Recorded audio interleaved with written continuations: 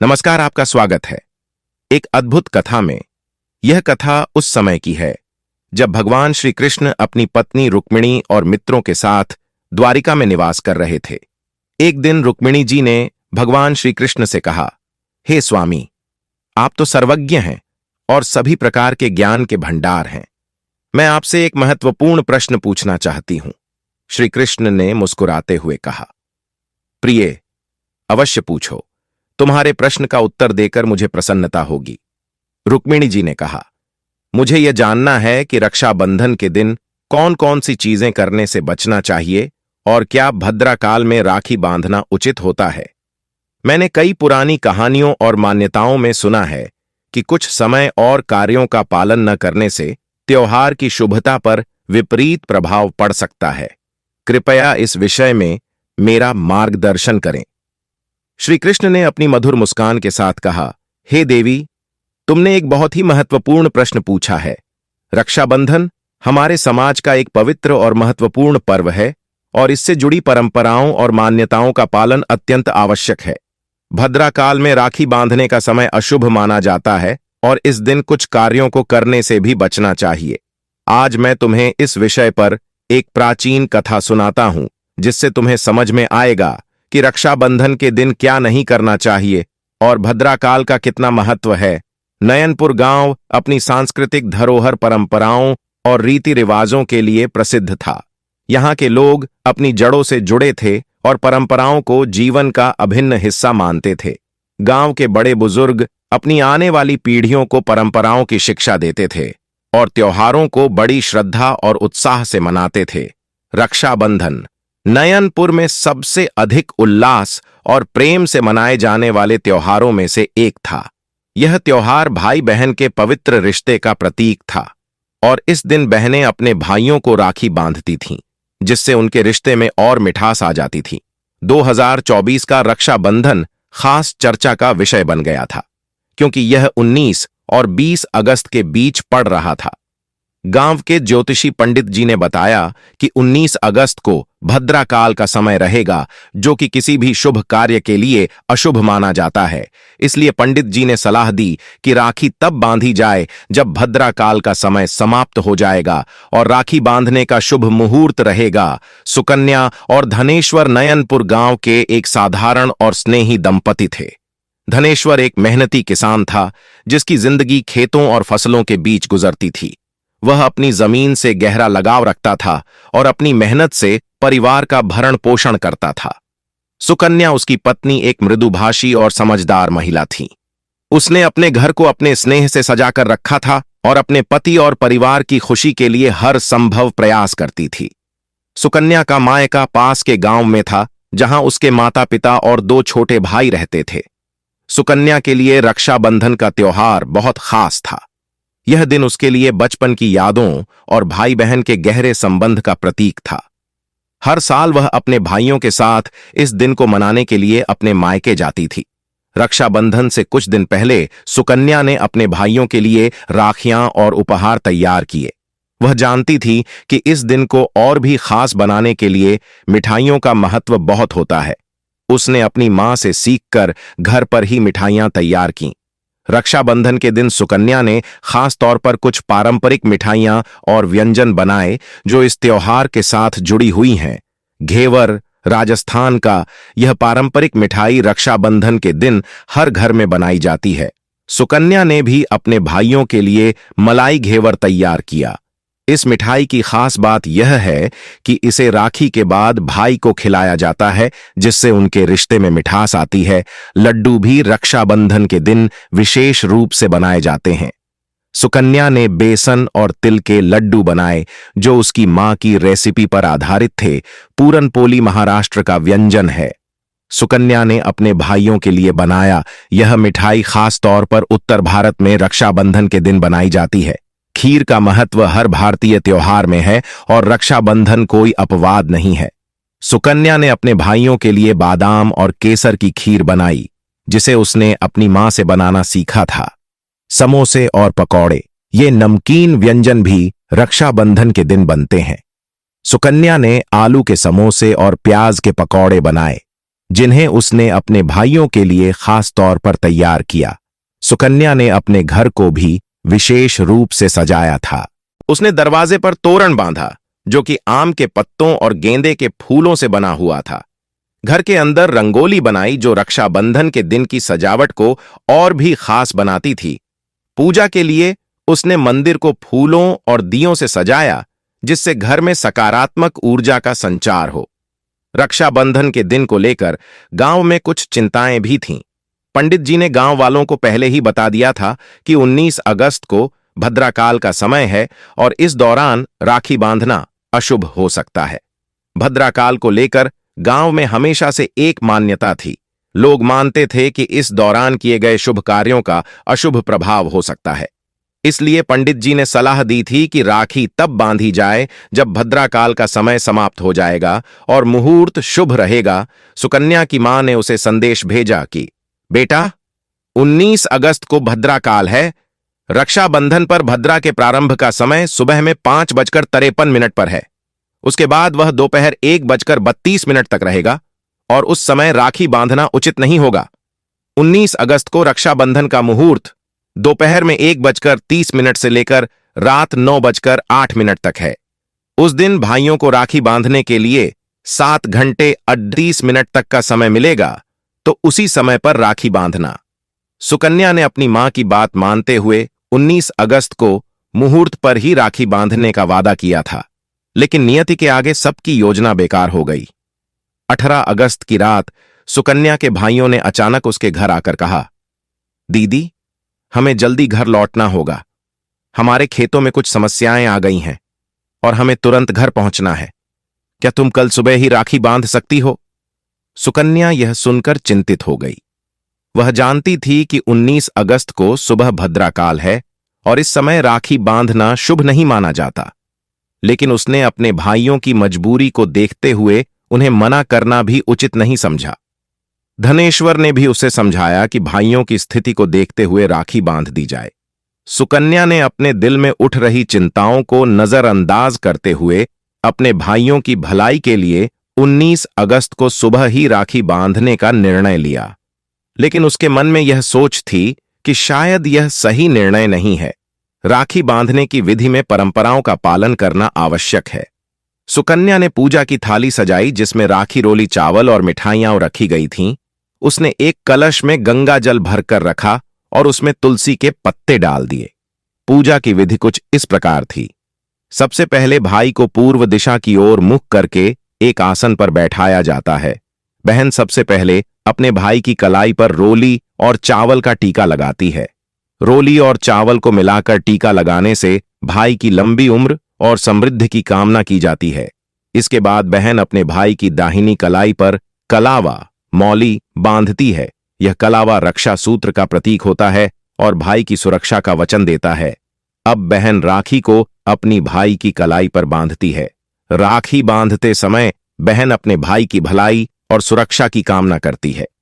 राखी बांधने के बाद बहन अपने भाई का मुंह मीठा कराती है, जो कि उनके रिश्ते में मिठास का प्रतीक होता है।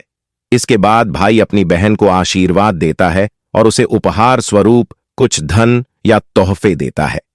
यह भाई की बहन के प्रति प्रेम और सुरक्षा का वचन होता है।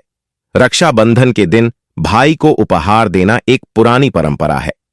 सुकन्या ने अपने भाइयों के लिए विशेष उपहार तैयार किए थे। यह उपहार न केवल उनके प्रेम का प्रतीक थे, बल्कि इनसे उनकी रक्षा और सुख समृद्धि की भी कामना की गई थी। रक्षाबंधन के बाद बहनों को अपने भाइयों को कुछ खास उपहार देने चाहिए, जैसे सोने या चांदी के सिक्के। सोने या चांदी के सिक्के भाई की समृद्धि और सफलता के प्रतीक होते हैं। यह उपहार भाई के जीवन में धन और सौभाग्य लाने के लिए दिया जाता है। बहनें अपने भाइयों को धन या नए कपड़े उपहार में देती हैं, जो कि उनके भाई के लिए शुभ और समृद्धि का प्रतीक होता है। यह उपहार भाई की उन्नति और अच्छी सेहत के लिए दिया जाता है। कुछ परिवारों में बहनें अपने भाइयों को पवित्र धागा या रुद्राक्ष भी उपहार में देती हैं, जो कि भाई की सुरक्षा और दीर्घायु की कामना के साथ दिया जाता है। उपहार के साथ मिठाइयां देना भी आवश्यक होता है। सुकन्या ने अपने भाइयों को घेवर और लड्डू उपहार में दिए, जिन्हें उन्होंने खुद अपने हाथों से बनाया था। जब सुकन्या ने अपने भाइयों की कलाई पर राखी बांधने की तैयारी की तो उसने मन ही मन भगवान से प्रार्थना की कि सब कुछ ठीक हो जाए। लेकिन जब वह राखी बांधने लगी तो आसमान में बादल घिरने लगे और वातावरण में एक अजीब सी खामोशी फैल गई। राखी बांधते समय सुकन्या को एक अजीब सी बेचैनी महसूस हो रही थी, लेकिन उसने अपने भाइयों की भलाई के लिए राखी बांधना जारी रखा। जैसे ही उसने राखी बांधी, उसे महसूस हुआ कि कुछ गलत हो रहा है। राखी बांधने के तुरंत बाद सुकन्या का छोटा भाई रोहन अचानक से गिर पड़ा। उसकी तबीयत बिगड़ने लगी और उसकी सांसें तेज चलने लगीं। सुकन्या और धनेश्वर घबरा गए। वे तुरंत गांव के वैद्य को बुलाने गए। वैद्य जी ने आकर रोहन का निरीक्षण किया और कहा, इसका स्वास्थ्य अचानक से कैसे बिगड़ गया। सुकन्या की आंखों में आंसू आ गए और उसने रोहन की कलाई पर बंधी राखी को देखा। उसे समझ नहीं आ रहा था कि यह सब क्यों हो रहा है। तभी गांव के बुजुर्ग पंडित जी भी वहां आ गए। उन्होंने देखा कि राखी भद्राकाल में बांधी गई थी। उन्होंने कहा, बेटा, मैंने पहले ही कहा था कि भद्राकाल में राखी बांधना अशुभ होता है। यह समय शुभ नहीं होता और इस दौरान किए गए शुभ कार्यों का विपरीत प्रभाव पड़ सकता है। पंडित जी ने सुकन्या और धनेश्वर को समझाया, अब एक ही उपाय है कि तुम भगवान की कृपा के लिए प्रार्थना करो और रोहन के अच्छे स्वास्थ्य के लिए यज्ञ कराओ। भद्राकाल का दोष हटाने के लिए हमें विशेष पूजा करनी होगी। सुकन्या और धनेश्वर ने पंडित जी की सलाह मानते हुए तुरंत पूजा का आयोजन किया। पूरे गांव के लोग इस पूजा में शामिल हुए और रोहन के अच्छे स्वास्थ्य के लिए प्रार्थना की। पूजा का माहौल बहुत ही गंभीर था और सभी लोग चिंतित थे कि आखिर क्या होगा। पंडित जी ने यज्ञ की विधि बताई और कहा, यह यज्ञ भगवान की कृपा को प्राप्त करने का एक माध्यम है। हम सभी को मिलकर यह प्रयास करना होगा कि भगवान हमारी प्रार्थना सुने और इस दोष को हटाएं। सुकन्या और धनेश्वर ने यज्ञ में पूरी श्रद्धा और भक्ति से भाग लिया। सुकन्या ने रोते हुए भगवान से प्रार्थना की, हे भगवान, मेरे भाई को ठीक कर दो। मैं आपकी शरण में हूं। मुझे माफ कर दो कि मैंने भद्राकाल में राखी बांधी। यज्ञ के दौरान पंडित जी ने गांव वालों को रक्षाबंधन के कुछ अन्य महत्वपूर्ण नियम और मान्यताओं के बारे में भी बताया, जिन्हें भद्राकाल के समय विशेष रूप से ध्यान में रखना चाहिए। भद्राकाल के समय किसी भी प्रकार का शुभ कार्य करना अशुभ माना जाता है। यह समय तब होता है जब नकारात्मक शक्तियां सक्रिय होती हैं और इस दौरान किया गया कोई भी शुभ कार्य विपरीत परिणाम दे सकता है। रक्षाबंधन का त्योहार दिन के समय मनाया जाना चाहिए। सूर्यास्त के बाद राखी बांधना शुभ नहीं माना जाता, क्योंकि इसे अंधकार का समय कहा जाता है, जब नकारात्मक शक्तियां अधिक सक्रिय होती हैं। रक्षाबंधन के दिन बहनों को उपवास रखना चाहिए। इससे भाई बहन के रिश्ते में पवित्रता और शक्ति आती है। उपवास के बाद ही राखी बांधनी चाहिए। रक्षाबंधन के दिन सफेद या काले कपड़े पहनना अशुभ माना जाता है। इसके बजाय बहनें रंग बिरंगे कपड़े पहनकर त्योहार का आनंद लें। इस दिन भाई बहनों के बीच किसी भी प्रकार का विवाद नहीं होना चाहिए। रक्षाबंधन का त्योहार प्रेम और सौहार्द का प्रतीक है और इस दिन सभी को मिलजुल कर रहना चाहिए। राखी बांधने के बाद भाई का मुंह मीठा कराना आवश्यक है। यह मिठास भाई बहन के रिश्ते को और गहरा करती है। पूजा के बाद धीरे धीरे रोहन की तबीयत में सुधार होने लगा। वैद्य जी ने बताया कि अब वह खतरे से बाहर है, लेकिन उसे कुछ दिन आराम की आवश्यकता है। सुकन्या की जान में जान आई। उसने भगवान का धन्यवाद किया और पंडित जी की सलाह को गंभीरता से लिया। पूरे गांव में यह खबर फैल गई कि सुकन्या के भाई की तबीयत भद्राकाल में राखी बांधने के कारण बिगड़ी थी। लोग इस घटना से डर गए और उन्होंने यह ठान लिया कि वे आगे से कभी भी भद्राकाल में कोई शुभ कार्य नहीं करेंगे। सुकन्या ने भी यह निर्णय लिया कि वह कभी भी भद्राकाल में कोई शुभ कार्य नहीं करेगी। उसने अपने भाइयों से वादा लिया कि वे भी इस बात का ध्यान रखेंगे और भविष्य में ऐसी गलती नहीं करेंगे। इस घटना के बाद गांव में सभी लोग और भी सतर्क हो गए। भद्राकाल का महत्व समझ में आया और लोग पंडित जी की बातों को ध्यान से सुनने लगे। गांव के बड़े बुजुर्गों ने इस घटना को एक उदाहरण के रूप में पेश किया और युवाओं को बताया कि हमें अपने पूर्वजों द्वारा दी गई परंपराओं का पालन करना चाहिए।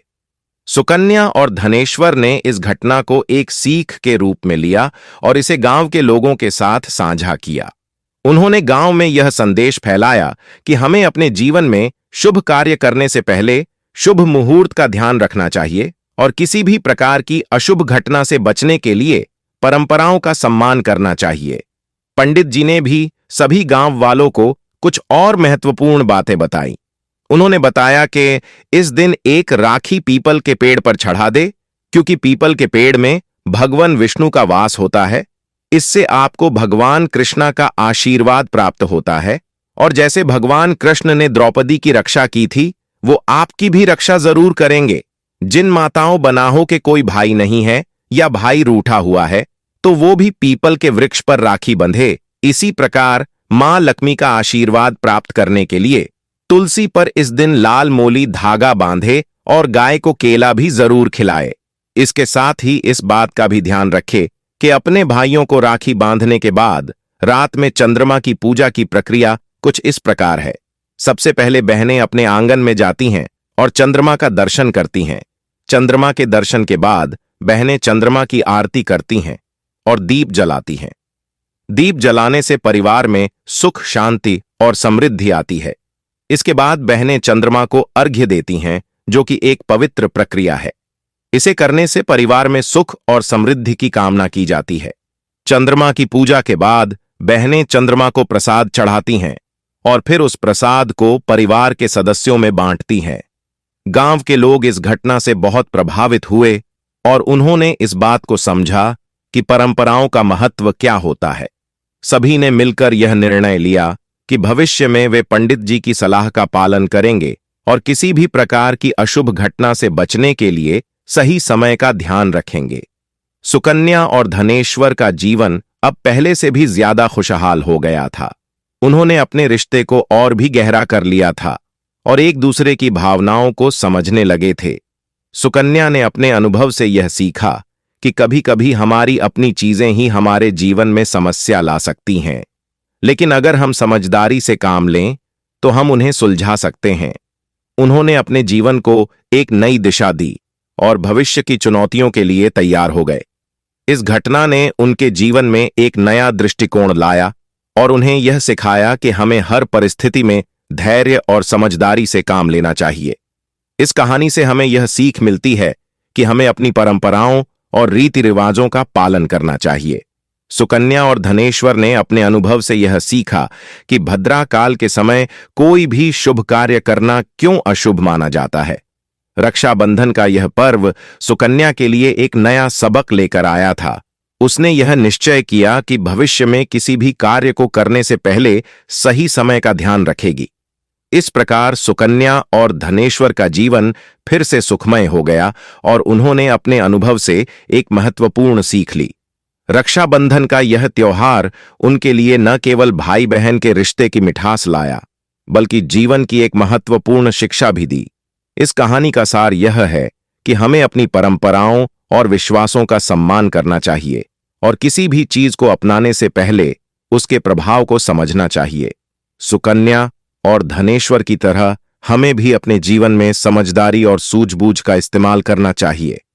इस तरह सुकन्या और धनेश्वर ने अपनी गलतियों से सीखा और अपने जीवन में फिर से खुशहाली और समृद्धि लाई। यह कहानी एक प्रेरणा है उन सभी के लिए जो अपनी परंपराओं और विश्वासों को समझकर अपनाते हैं और अपने जीवन को खुशहाल बनाते हैं। तो दोस्तों, उम्मीद है आपको यह कथा पसंद आई होगी। वीडियो को लाइक जरूर करें और कमेंट में जय मां लक्ष्मी जरूर लिखें। साथ ही चैनल को सब्सक्राइब करें। आप सभी का धन्यवाद।